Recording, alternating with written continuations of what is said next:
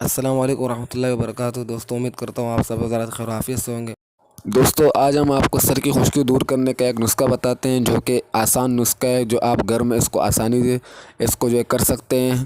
تو آئیے video start کرتے ہیں۔ دوستوں جس کے سر میں خشکی رہتی ہے اس کو کیسے دور کیا جائے؟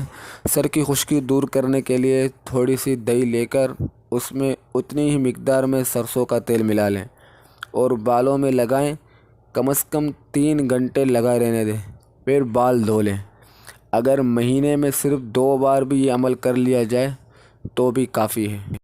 نسخہ دوبارہ نوٹ فرما لیں۔ جس کے سر میں خشکی ہو رہتی ہے، خشکی کو کیسے دور کیا جائے؟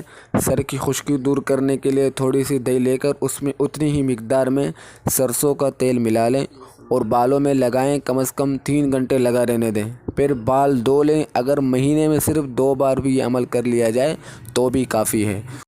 امید کرتا ہوں آج کی ہماری یہ انفارمیشن آپ کو بہت اچھی لگی ہوگی۔ اس طرح کی اچھی معلومات اور انفارمیشن کے لیے آپ ہمارے چینل کو سبسکرائب کریے۔ تھینک یو، جزاکم اللہ خیر۔